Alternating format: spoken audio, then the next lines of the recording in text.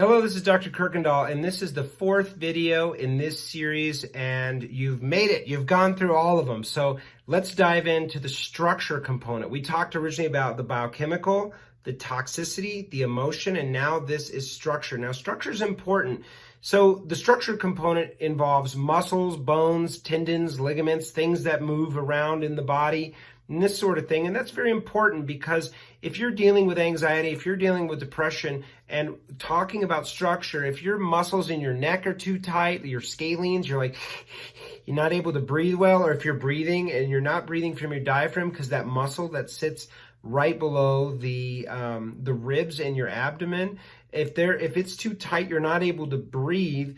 And that causes like being asphyxiated, like I mentioned before. So structure is really important. If the muscles are really, really tight in your neck or in your spine, those little servos, those little vertebrae in your back and in your spine aren't able to send and receive information.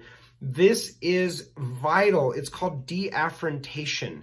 And, it's like when you see somebody who's a little older and they're walking, if they're not moving their arms, they're deafferentating their brain. You have to move it or you will lose it. So this is very important and vital to understand that there's a structural component. So somebody like myself, if we're in person, we can actually show you how to do work and with the muscles, with the bones, with the spine and the structure. And this affects your central nervous system, period. This is just how this works. If you don't have motion in your neck and you're not moving this bone in here, your cervical vertebrae, then you're not getting the input that you need to your brain. So that's the first component of structure. Now, I want you to stick around for this part where now we're talking about the central nervous system. Now, this part is really, really, really important because so many people are really set in a sympathetic dominant state. They're in the mind, they're thinking, they're trying to figure out how to make enough money or pay off the IRS or deal with their ex-partner or something. And when we're in our prefrontal cortex in our mind, we're go, go, go, and we're running from the tiger all day, our body, our nervous system never gets to relax. And so it's important that we allow the parasympathetic nervous system to actually come online and help us relax. And I have a video series here after this, if you're interested, where I actually go into this in much greater detail. I think it's something like 7 or 8 videos.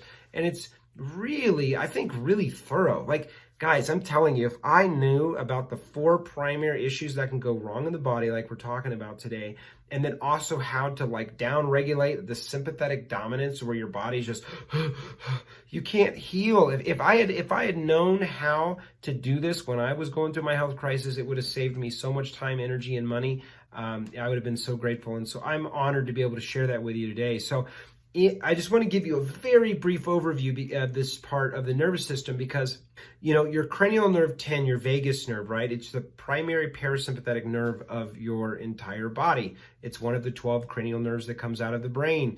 It innervates into your lungs and your heart and your diaphragm and your ability to breathe and your ability to feel calm and rested. It allows your GI tract to function properly, to eliminate properly, and to go through the proper function. If this system is disrupted, you don't have the capacity to heal. You don't have the capacity to feel good. You're going to always feel like you're running from the tiger like a gazelle, and things just going to catch you, and this exhausts you. So in this video series that I have around specifically how to balance your parasympathetic nervous system and work with your vagus, I'll go into greater detail.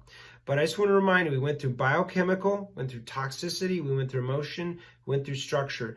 These are the 4 components that can get off in the human body. And when they do, then watch out because these things start to fall like a house of cards.